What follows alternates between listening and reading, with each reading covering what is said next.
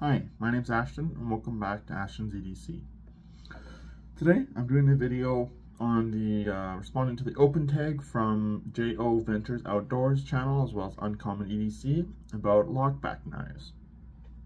It was kind of fun because I was able to kind of dig through my knife collection, maybe get some knives out that I don't carry it quite as often, and some knives that I kind of forgot about were in my collection that were lockback knives. So yeah, I'm going to share them today. Let's see, how many do I have? I have 11 lockback knives in my collection. And so here we go. To start off, first I'll start off with some knives from Buck. The first one that I've got here, this is the Buck Bantam BHF. It has a nail nick there.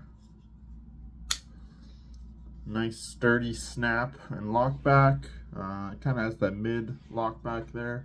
Pretty big size knife. Can get a pretty full grip. I bought this knife not too long ago. It wasn't too expensive. It was $20 or $25 or something like that. Just a really nice, budget option from Buck. So that's the Buck Bantam BHF. Here's another one from Buck. Has the thumb stud opening. This is the I forget the model name of this one, but it's one of the lightweight options from Buck. Really nice knife. Does have the pocket clip here. I did forget to mention on the BHF, no pocket clip, so it can be carried in a sheath or just loose in your pocket if you want. This one, a bit of a smaller knife from Buck. Really nice though. Just another good quality knife from Buck. This one has the rear kind of far back lockback. So there's that one. All right. Next, this is one of these little keychain knives from Buck. I don't remember what this one's called, but it is a lockback. Really nice little knife. Can be carried on a keychain, or I've actually kept this in an Altoids tin before as well. It's a really nice size for that. I believe this is another one of the Bantam series. As you can see, it is a little bit similar to the BHF, just obviously much smaller. All right, next up from Buck, I have this. I believe this is called the Pursuit. And this is in S35 VN with the Boss heat treat, of course, like all Buck knives. Has these kind of rubberized handles. Really nice knife, obviously really nice blade steel. This one does come with a belt carry pouch because there's no pocket clip or anything like that. More so meant for an outdoors and hunting knife, but it's also a pretty nice knife for EDC as well. And last up, I believe this is called the Hunter. This one is in S30V. This is actually the first knife that I ever purchased in S30V. It's quite long. As you can see, it's got the micarta handles, which have kind of developed a nice patina quite well. Has the lockback tab here on the very end. Really nice knife. Quite big, as you can see. Even has some sticking out at the end if I hold my hand there. So I got a full 4-finger grip. Really nice option from Buck. Alright, moving on. I do have some knives here from Cold Steel. Now Cold Steel are famous for their triad lock, which functions a bit different than the lockback in terms of the internal operation, but externally it works exactly the same. So first up, I've got this big knife here from Cold Steel. This is the SR1 Light. As you can see, really big knife, very thick as well, as you can see there. And you can see the big, thick lock bar or lockback here. So really nice knife, really big, durable, pretty inexpensive for what it is as well. This is an 8CR 14 MOV, but I think I got this for $70, something like that. And for the amount of of blade and the amount of steel that you get, not too bad. So that's from Cold Steel. And I do have another one here. This is the Recon 1 Mini. Also using their triad lock, as you can see here. Kind of a mid lockback. It's not the easiest to close with one hand, but can be done if you need to. Alright, moving on. This is a knife that I kind of forgot I had in my collection, and I don't actually carry it anymore. This is a knife from Condor.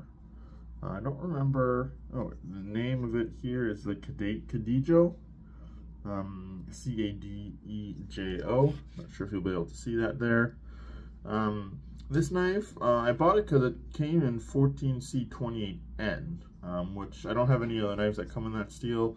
Unfortunately, it's just, the fit and finish is pretty poor on this knife.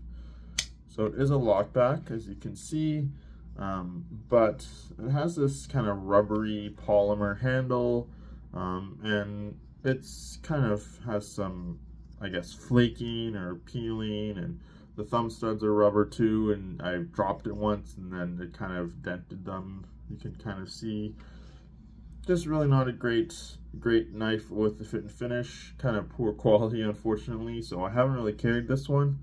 Kind of an interesting blade shape though, and not such a bad knife with the ergonomics and that kind of thing, but not one that I carry.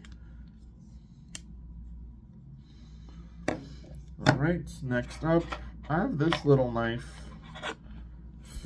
this is from Bare Edge. I got this in a Bespoke Post subscription box 1 month. It's very thin, as you can see. So it came with a EDC wallet that you can store it inside. But kind of an interesting little knife. Has a lockback there, extremely thin. This has got to be the thinnest knife that I own. Can hardly even see it there. Does have the lockback. Pretty hard to use with one hand because it is so thin, so you do kind of have to use two hands, using one to depress the lock bar there. Really cool knife though, from Bare Edge. And lastly, I've got two knives here from Spyderco. The first one is the Spyderco Endura 4 in the Wharncliffe. Really nice knife. This one is in VG10, made in Seki City, Japan. Really nice knife. Pretty big, again, from Spyderco, pretty big knife. But yeah, got a lockback there. Pretty smooth action. You can you know, unlock it with one hand.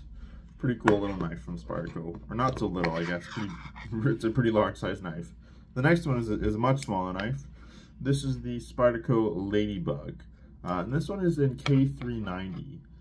Little lockback here. You can see I attached this little keychain lanyard onto it.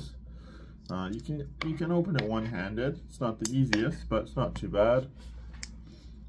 So I attached a lanyard on here because otherwise it would really only be like a 2-finger, maybe 2.5 finger grip. But with the lanyard, it gives me something else to grip onto. Nice little knife. I got these blue FRN scales, which is really fun. I like kind of the color with the orange lanyard there. Yeah, so this is the last lockback that I have in my collection. So hopefully you enjoyed the video. Let me know what your lockback knives are that you have in your collection. I would love to hear down in the comments below.